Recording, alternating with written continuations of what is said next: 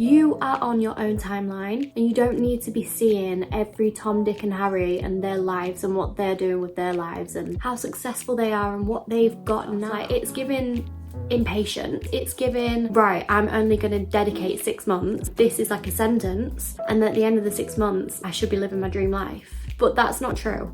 Don't give yourself a 6-month sentence to get your life on track. If you can't keep a tiny little promise to bring your mug downstairs to the kitchen and wash it up after you've used it, then how are you going to keep your promises to yourself to reach your goals?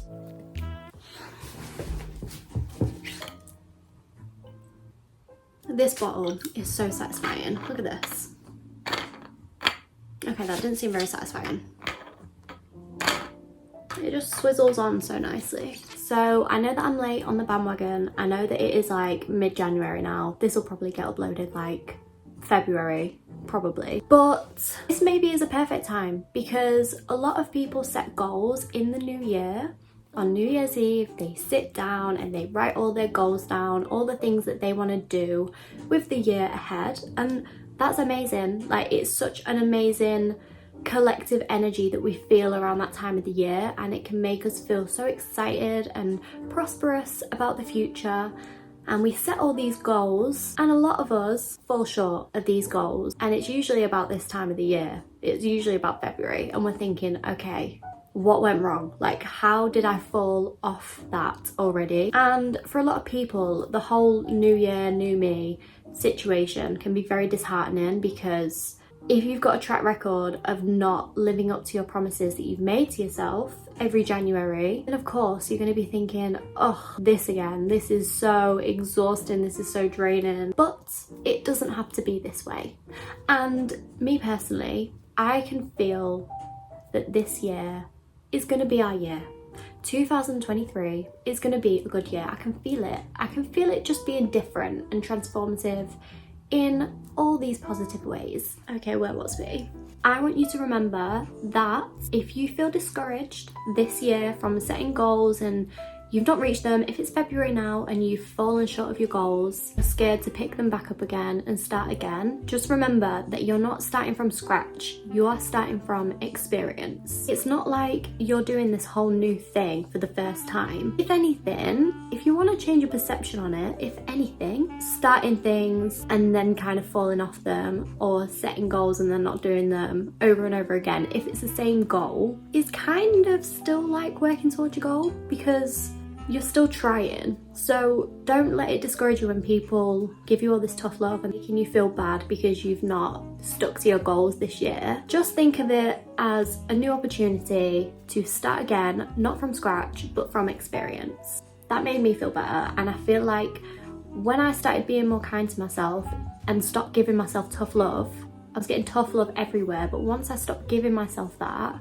I actually started to be a lot more productive and a lot more inspired to actually go for my dreams and my goals and make steps towards them. Take the pressure off. That is the first thing. Get off social media. Just get off it cold turkey. You do not need to be on social media, because that is making you feel like your life is a ticking time bomb, and it's not. Like, I mean we're all gonna die, but let's not make this morbid. It's not necessary to be feeling like you're so behind in life when you are 20 years old or 25 years old or even 30, 40, 50 years old. You are on your own timeline, and you don't need to be seeing every Tom, Dick and Harry and their lives and what they're doing with their lives and how successful they are and what they've got now, because you've not seen all the work that has gone into that behind the scenes for them to get there anyway. So why are you comparing yourself? Why are you comparing yourself to somebody who you've not done that same work as? Being on social media is holding you back. It's making you just constantly in this jealous mindset and feeling like you are behind in life.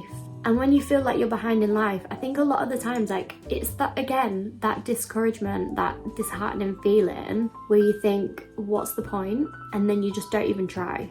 You need to get off social media, just point blank. You'll probably be seeing everyone saying like, oh, 6 months plan. If you start now, in 6 months time, you could be a completely different person, blah, blah, blah, blah, blah. But who says 6 months? Like, why are you giving yourself 6 months to potentially put your body through hell and make yourself very stressed and give into this whole hustle culture spirit? And then what happens at the end of the 6 months? This is what I always think. Like, if you're not doing a 6-month plan in a healthy, balanced way, at the end of that 6 months, you're probably just going to resort back to old habits, bad habits that don't serve you anymore, and the easy options, because either be feeling really good after 6 months of self-care, 5 a.m. morning routines, working hard, etc., and then you'll get in this place of coasting. You'll probably start thinking, oh, it doesn't matter if I skip my morning routine today. Like, I've worked very hard, I feel good,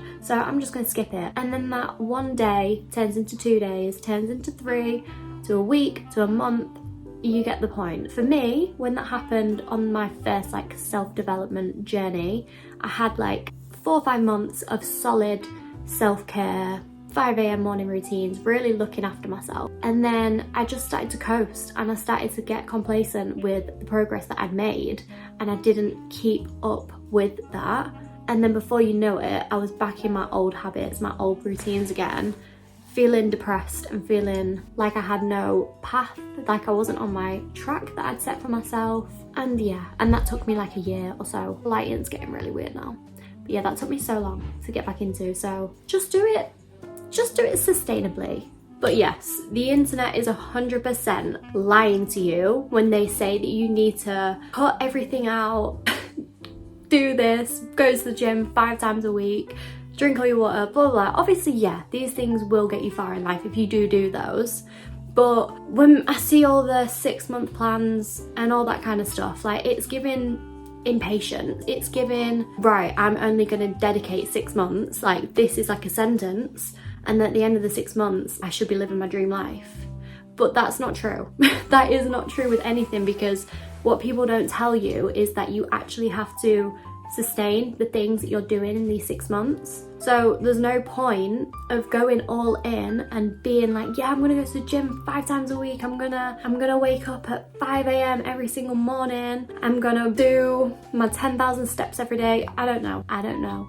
But whatever people say, yes, that's fine, but I do think it's so important to do it all in moderation. Don't give yourself a 6-month sentence to get your life on track, because it's probably just going to lead to disheartenment if at the end of the 6 months you're just feeling like you're probably in the same situation. You might feel a little bit disheartened if you are not like a mega millionaire, or I don't know. I think it's good, don't get me wrong, I do think it is good, but you've got to use it in a way that is productive, and you've got to kind of go into it with the mindset of knowing that that 6 months is just to kind of set you up for your future and how you want to live your life. It's to set those habits and like reprogram your brain a little bit and make new neural pathways. So yes, be sustainable with it. Just slow down, chill out. If you want to have a day where you're sad and you want to lay in bed and watch Netflix, but your 6-month plan is saying no, don't do that, like you've got to grind, no sleep, just relax. Like, you can do that. That's fine. You're probably going to feel better for doing that than you are if you push through it. You're probably just going to feel burnt out, which I have a video on, so go watch that. If you slow down these things and these routines, if you maybe set like a goal of maybe doing Pilates once a week. This is what I've done this year. Like, I've set my goal of doing Pilates once a week. That is my set goal of what I have to do. And I've also incorporated Yoga with Adrian's yoga challenge. So I've been doing that every morning, and that's it. I'm not going to the gym. I've cancelled my gym membership. I know, crazy. In January, cancelling my gym membership and not starting one. But I wasn't going. And I don't want to keep making these false promises to myself that I'm going to go to the gym 5 times a week when I know that that's just not doable for me. Like, I'm a busy woman.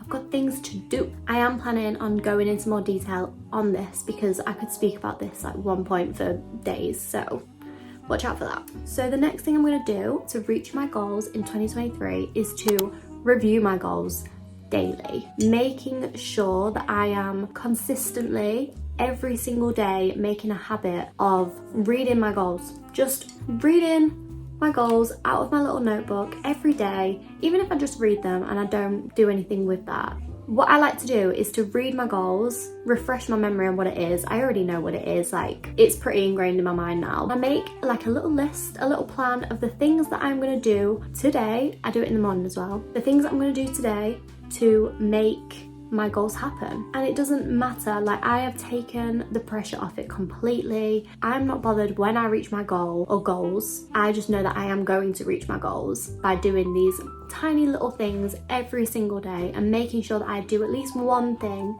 to work towards my goals. So review your goals daily and don't just write them and then forget about them and then be like, oh, 6 months later be thinking, oh yeah, I forgot about that goal that I set for myself. Another random little tip that I've got that I'm going to be doing, or that I have been doing, and I think that you should do to reach your goals in 2023, is to make sure that you're always doing something out of your comfort zone. Like every day, every week, if it's not feasible to do it every single day, but just making sure that you're consistently doing something out of your comfort zone, whether that be going to the post office, or for me, I have a second job, and that for me is it was very out of my comfort zone because it's dealing with food and serving food and all that kind of stuff, and that was something that I had never had any experience doing, and it was very scary.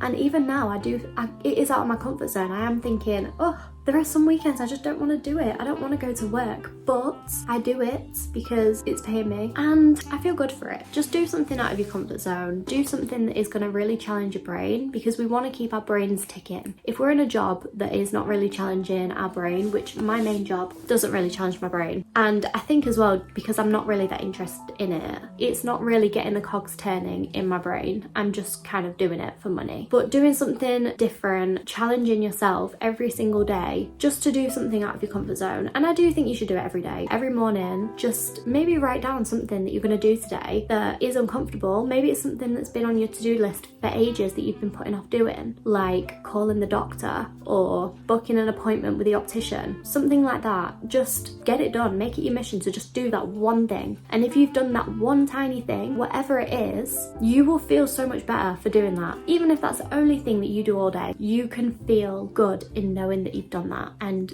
you can feel proud of yourself. And to be honest, it will probably propel you to do more things anyway, so because you'll be in that productive mood, you'll be thinking, oh my god, if I can do that, what else can I not do? And then finally, this is like a cliche one which has been said a lot, but it has a lot of value, so I'm gonna repeat it. But making tiny habits and sticking to those habits.